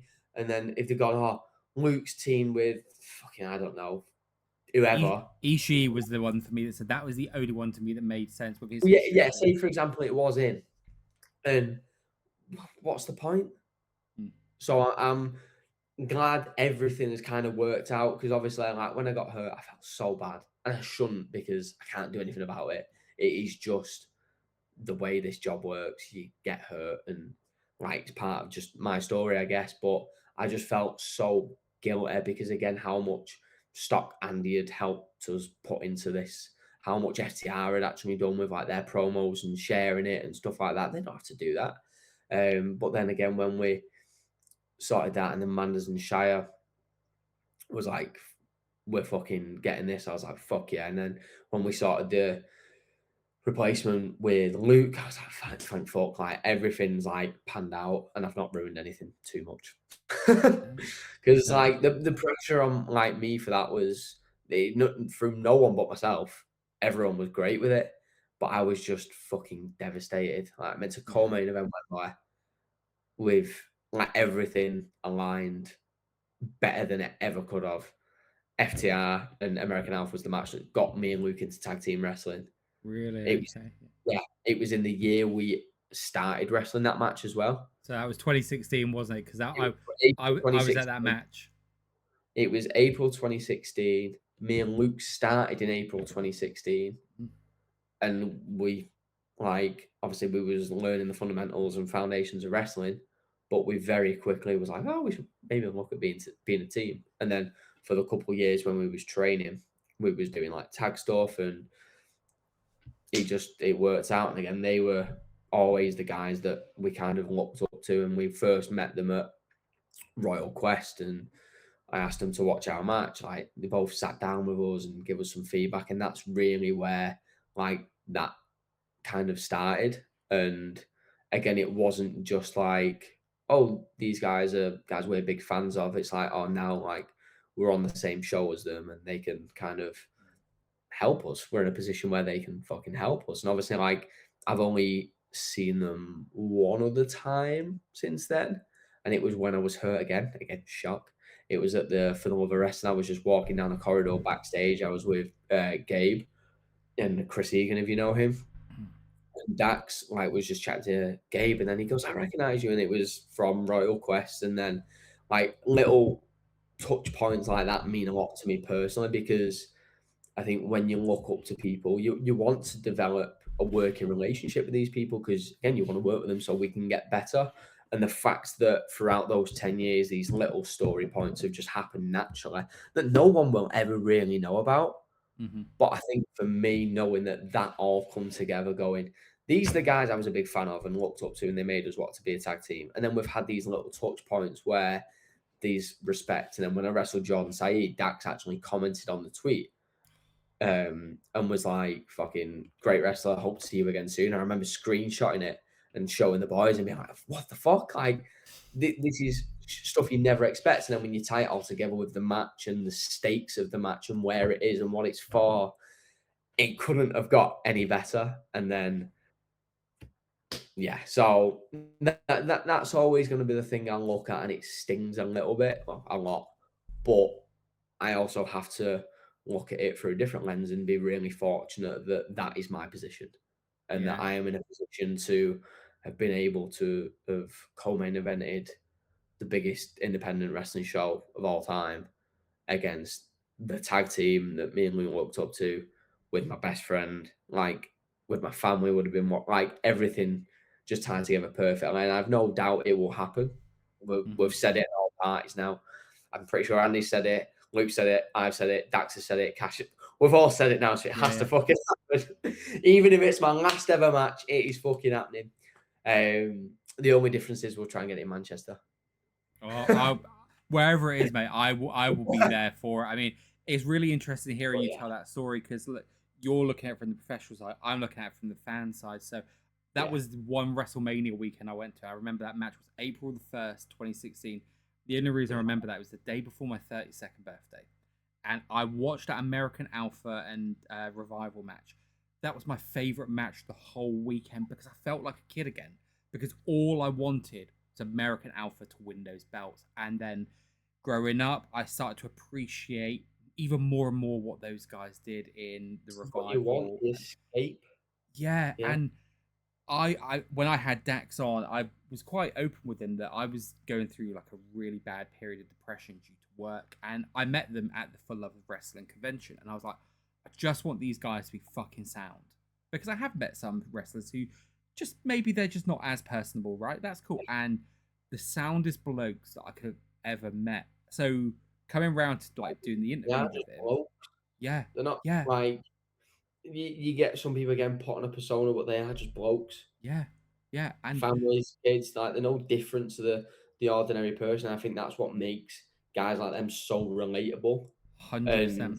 Again, obviously, like their in-ring work is fucking unmatched. They are unbelievable. What I think, again, I think he said it on his podcast, right? With you, he was like, we don't look like superstars, we're not clean cut, but I mean, when you look at them, you're like, oh, are you gonna be sound? Are you not? And like, that's just normal people, man. They just give a shit about what they do. They take pride in what they do.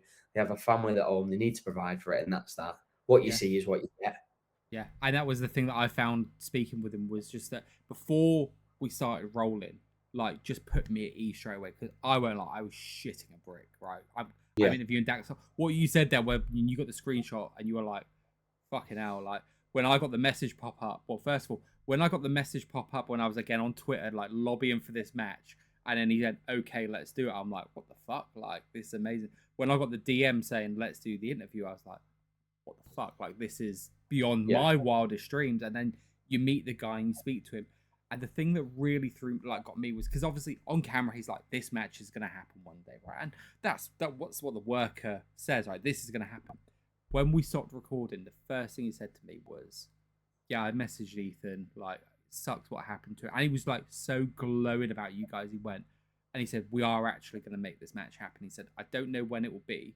He said, but as soon as everything can align, we will be there for that match. And I was like, to me, that was like, he's not saying that on a podcast that's being recorded. He's saying that man to man, what he feels that.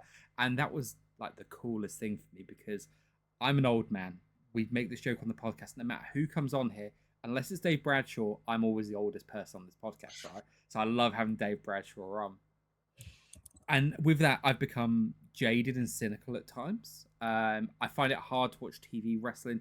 You lads have all just, lads and lasses have just like ruined TV wrestling for me, because independent live is so good. And the fact that I could say that tag team versus an independent tag team was my literal wrestling dream match is so cool. And I think that's where, not just hats off to them for everything they've achieved, but hats off to you guys in Young Guns with what you achieved. Every time you went in there, yes, you had great opponents, you worked well with them, but the level of work and consistency that you guys went through, like, something just phenomenal. And it will be a part of me going to live wrestling shows that I'll always take with me, because it's like, that was a cool time to be coming. Yeah, and I think that's, again, the point of where British wrestling's at. That is just the reality of the scene now. Is matches like this can happen if the right people are in the right spots and the opportunities align. Like, the opportunities are there. You just have to go and fucking get them. There are people there willing to invest in you. Dax Wernjold with this match probably wasn't the cheapest for Quilden. But he is confident in us. He's confident that they would put a shift in as well. It's not a night off for them. It's not just an easy paycheck, which some signed people would. But Andy's also got a very good understanding, due to just his experience, of who will and who won't. Yeah. And he will put his fucking money into you. And again, he don't want us here forever. You seen him when Zazoya left last year, right? I think we was all ringside. Fucking, I was in tears. Because he was someone I connected with straight away from the minute I met him. But like, Andy I've never seen Andy hug anybody.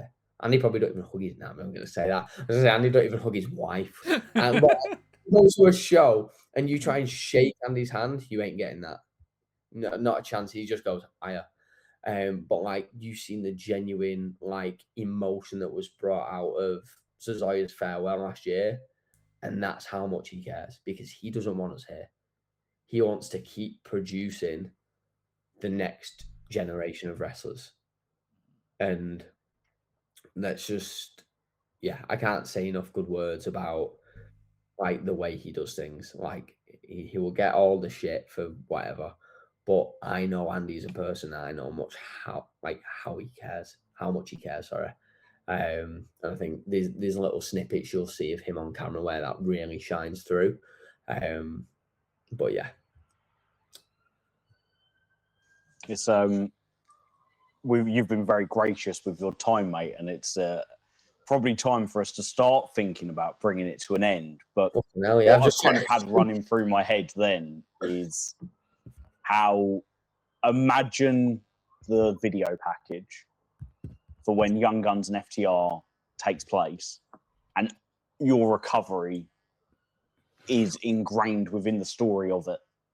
I've got all the fucking footage as well. I'm fucking making. Oh, where is it? I'm making use of this bastard, because I'm like it for myself as well. I'm doing it on YouTube and stuff, because I want to be able to look back at this and hopefully see it as like an actual pivotal point. Again, after every injury, I've always said I hope this is the last one, but like, I really fucking want this to be the last one, because I don't know if I could do it again. So I'm documenting every fucking little bit, like the peaks, the troughs, and everything in between. So like, even when we come to do a hype package, I've got hours and hours of footage that we can just fucking use. Because like when that match happens, if it happens, like, no, when it happens, like, I'm fucking confident in that. Like, we will make it like one of the best, if not the best tag match to ever happen, because it has to. And it was already going to be, but it has to. There's no other outcome. And I will put that pressure on myself because I'm making sure that when I come back, like, I am fucking ready. Well, that feels like the right place to end this Yeah. conversation. I don't think anything is going to top that. So, Ethan, thank you so much for your time, mate. This has genuinely Anytime, been one of my favorite conversations I've ever had. I feel like that's something we're saying a lot on here, but it's just been so interesting to just listen to you talk and like how you're approaching things. So, yeah, thank you for your time, mate. Really do appreciate it. For those of you who still haven't got your tickets yet, revolutionprowrestling.com is the place to go and get them. OVO Wembley Arena, not a moment to be trifled with. This is a massive moment in British wrestling history. If you want to spend the money because you like that premium package like I do, there's tickets there available for you. If you just want to get yourself in the building and get the best value ticket in wrestling today at around £30, that's there for you as well. You are going to have the best time. You're going to see some of the best wrestlers in the world. Go to revolutionprowrestling.com. Go get your ticket and join us next Saturday, August 29th at OVO Wembley Arena. I've been George. This has been Dave and Ethan, and we'll catch you next time.